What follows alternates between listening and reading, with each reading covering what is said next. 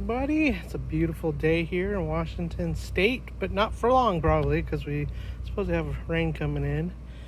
Love my quarantine hair going on. Today I want to talk about basically fuel and wood. Your charcoal briquettes versus lump wood. What's the difference between the two? Also different types of wood chips, wood logs, wood chunks, what's the difference between them, and how kind of maybe basically how you would use it. So this is like for anybody who has no idea what they're doing. People who've been barbecuing for years obviously probably already know. So this is just a kind of an FYI for people out there. Just wanted to give you some little tips and tricks.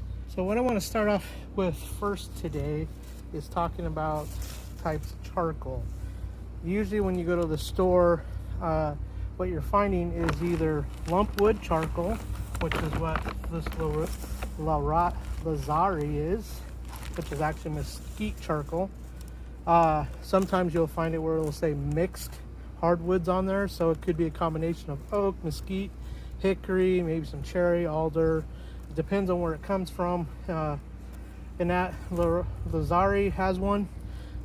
Usually at Smart Food Service, they usually carry these 40-pound bags that I've seen. That's where I used to buy it at, and it was only like $14 for a 40-pound bag.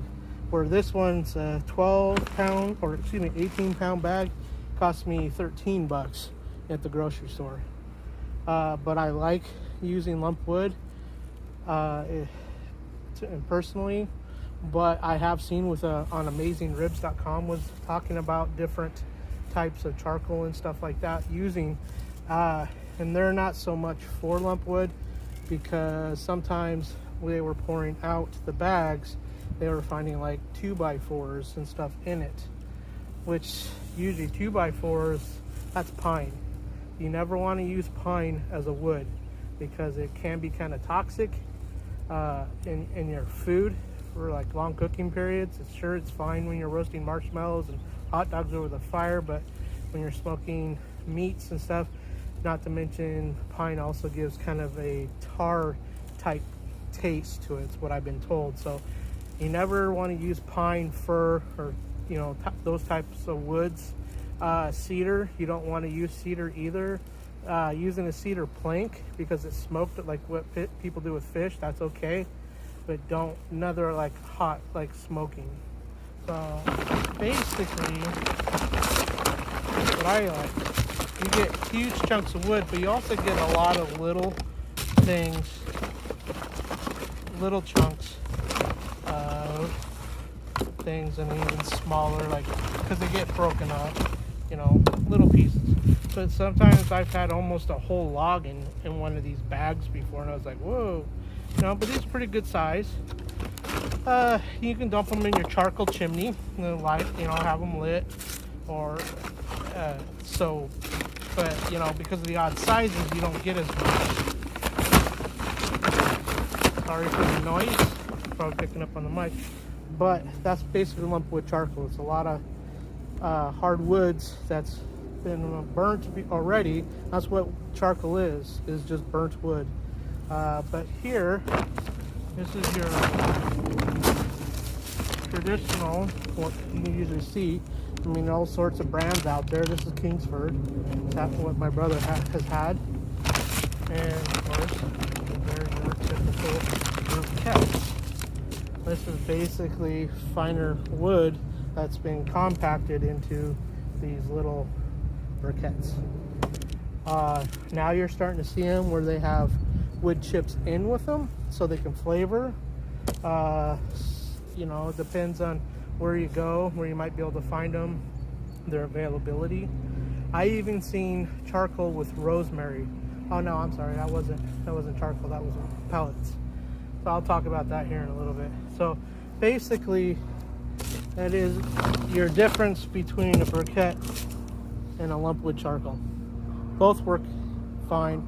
I would say briquettes work better in some grills than lump wood charcoal sometimes. I like lump wood charcoal in an offset cooker. Works excellent.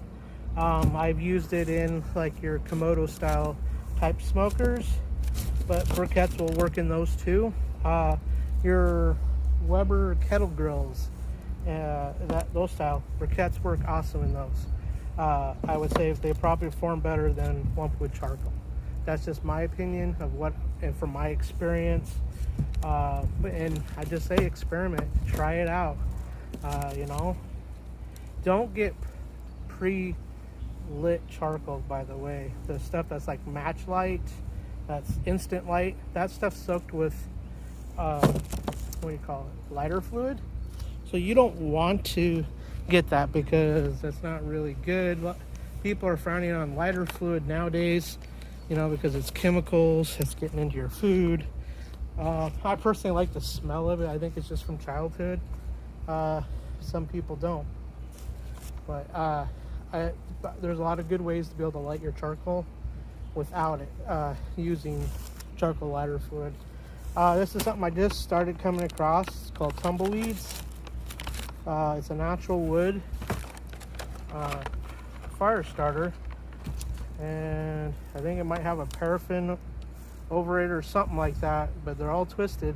And I used this to start some charcoal in a chimney here the other day when I did some steaks, and it actually did really well. Now, to be honest, I've never had luck starting fire in a chimney. I don't know why. Just using newspaper, it just seemed like it wasn't catching. But these make a big difference. And the other thing is Weber has these, and you can get other brands, but they're basically paraffin cubes. You just pop one out.